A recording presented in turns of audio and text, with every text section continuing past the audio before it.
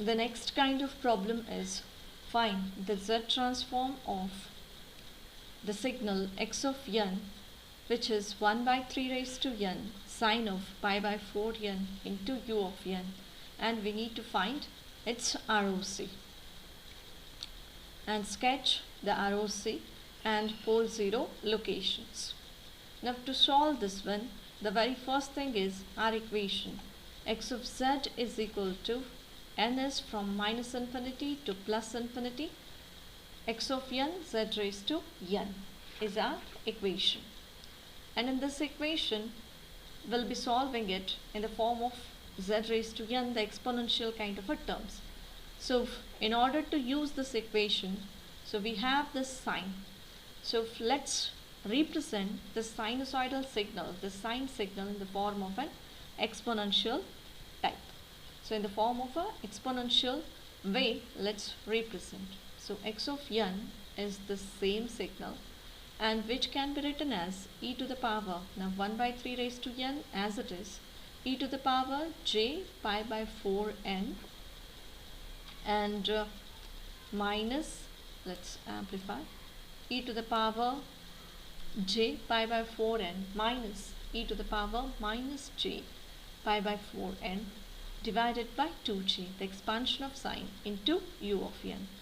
Now we can multiply these individually. 1 by 2j comes at both the places, 1 by 3, so this 1 by 3 raised to n, and e to the power j pi by 4n, so both have n with them, so we can write this as 1 by 3 into e to the power of j pi by 4 raised to n, and this 2j, the same with this, but here it is minus j pi by 4 raised to n, 1 by 3 raised to n. So when we combine into u of n, when we go for substituting in this equation, we can write this 1 by 2j summation n is equal to 0 to infinity 1 by 3 e to the power of j pi by 4 raised to n, z raised to minus n from this equation, z transform equation, and similarly the same we write z to the power minus n. Now we have to take this z also into this bracket. So when we take this z in, then into this bracket, then z to the power minus n, because we have to the power n only, and here it would be 1 by 3 e to the power minus j pi by 4 z raised to minus 1 raised to n. When we go for finding its z transform, now when we think that this 1 by 3 into e to the power of j pi by 4 z raised to minus 1 is less than 1, then only we can write this one as this 1 by 2j as it is 1 by 1 minus 1 by 3 e to the power of j pi by 4 z raised to minus 1. And similarly this one 1 by 2j as it is 1 by 1 minus 1 by 3 e to the power minus j pi by 4 raised to j pi by 4 z to the power minus 1.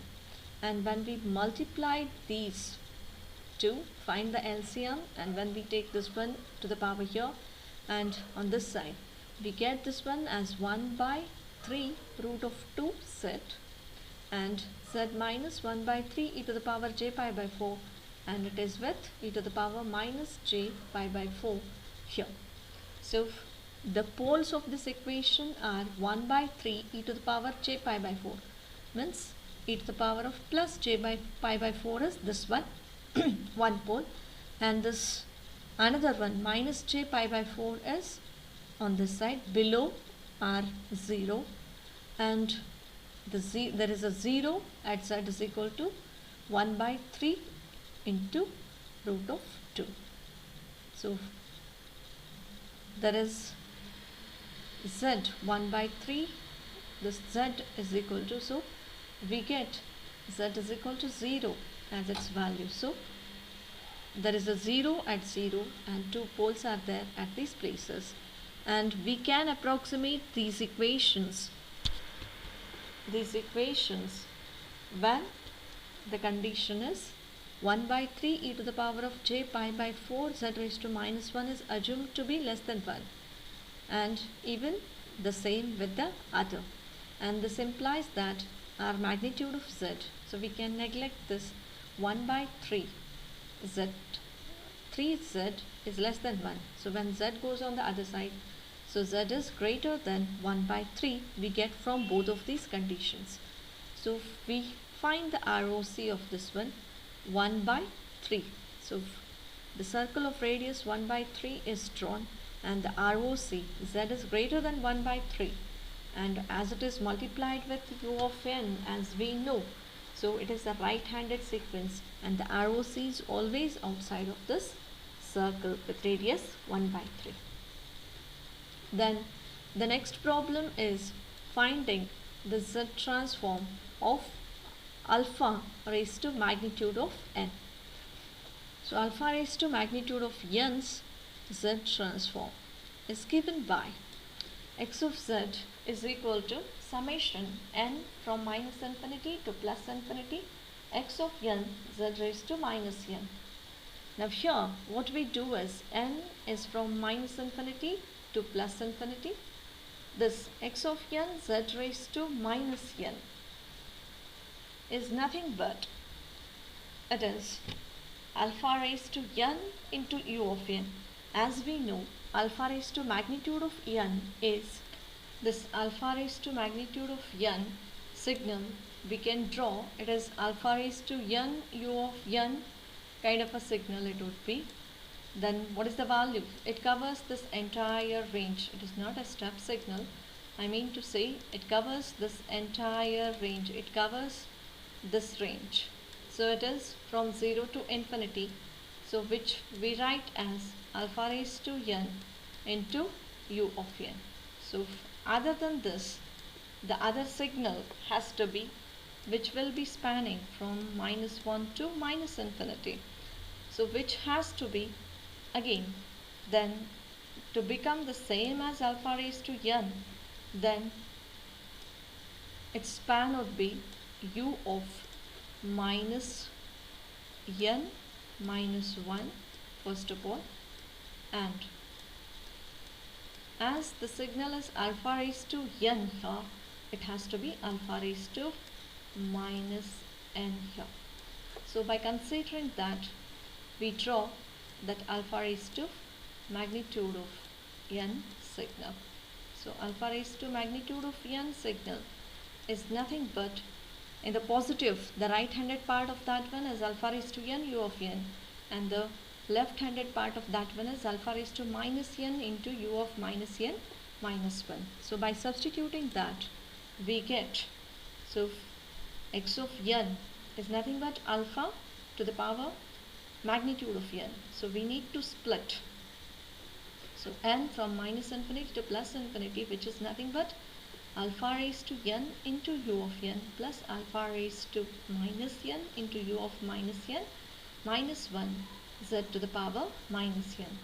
So when n is from 0 to infinity, we can write it as alpha raised to n into u of n z raised to minus n. So u of n is being considered, and similarly here n is equal to minus infinity to minus 1 alpha raised to minus n z to the power minus n.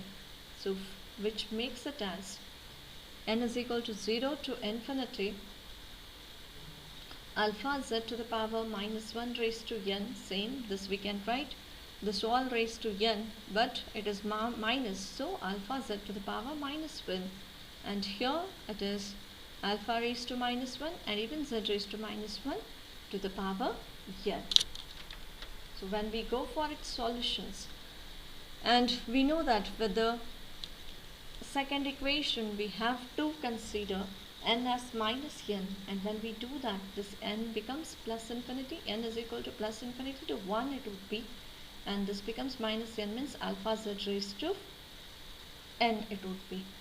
So when we change n as minus n with the second term only, so the changes would be n is equal to 1 to infinity alpha z raised to n, and when we solve this one, it becomes 1 divided by 1 minus alpha into z raised to minus 1 plus this one. So as n is from 1 to infinity, so this term comes. Actually, this equation is this term divided by 1 minus the same term, but this term raised to whatever is the lower limit it would be.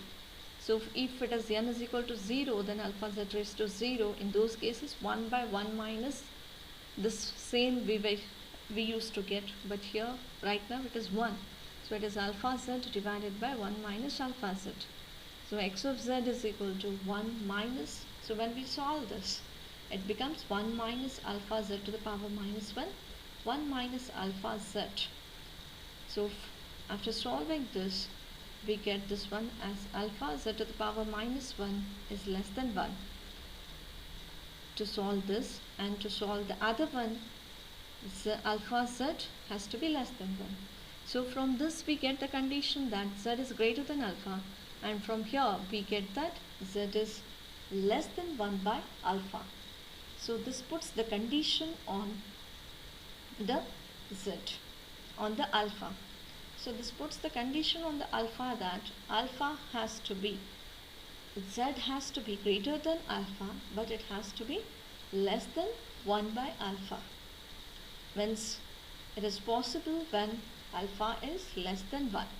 When alpha is less than 1, like let's say if alpha is equal to 1 by 2, then we can write alpha, that is 1 by 2, less than z less than 1 by 2, that is 2. So z is in between 1 by 2 to 2 in that fashion.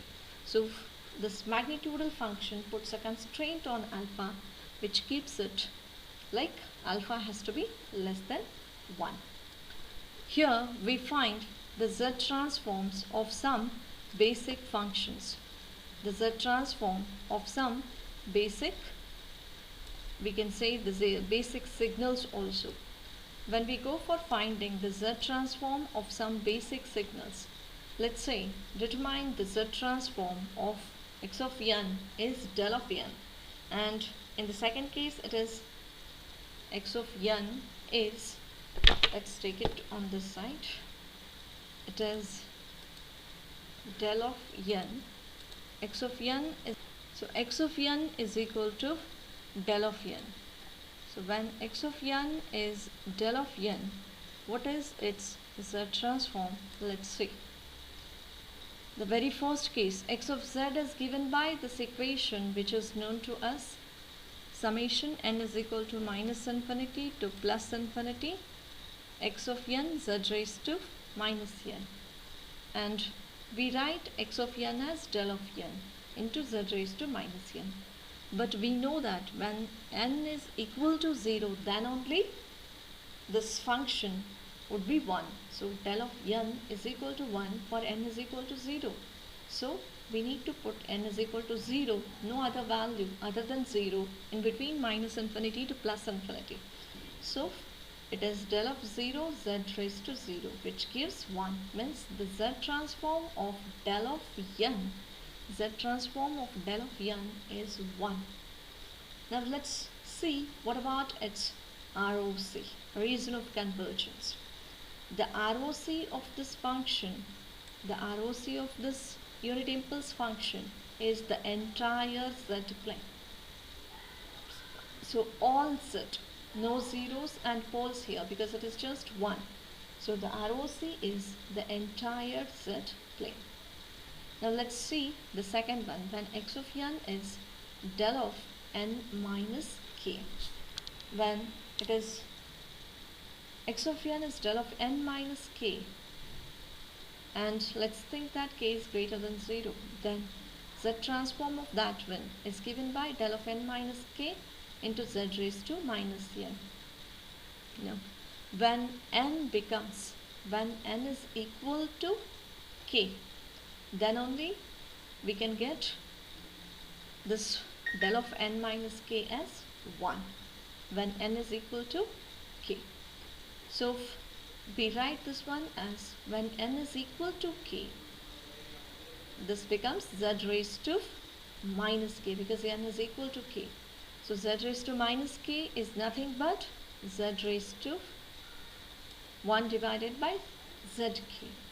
This indicates that the region of convergence is the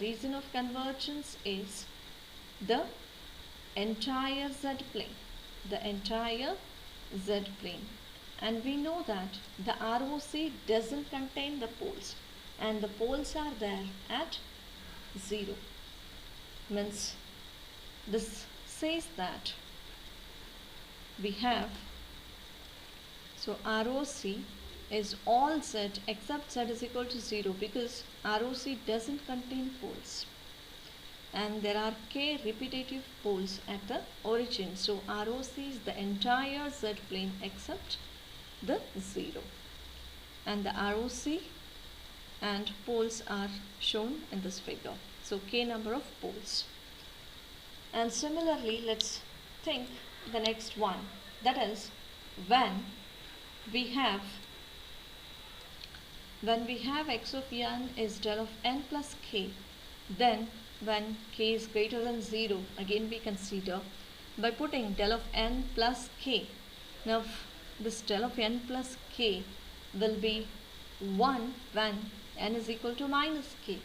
So del of n is nothing but k, so k minus k plus k, which makes it as 0, and z raised to minus of minus k, which makes it as plus k. So ROC is the entire z plane, and here we have zeros. Zeros are there at k number of zeros are there at z is equal to 0. And if we think that zeros are there, k number of zeros are there at the origin, then by default we think that at infinity there are k number of poles. So the ROC is the entire z plane except z is equal to infinity, because the poles are there at infinity and ROC cannot be there at the region where the poles are lying. So this is regarding the very basic Z transform problems. We can see the further things in the next video.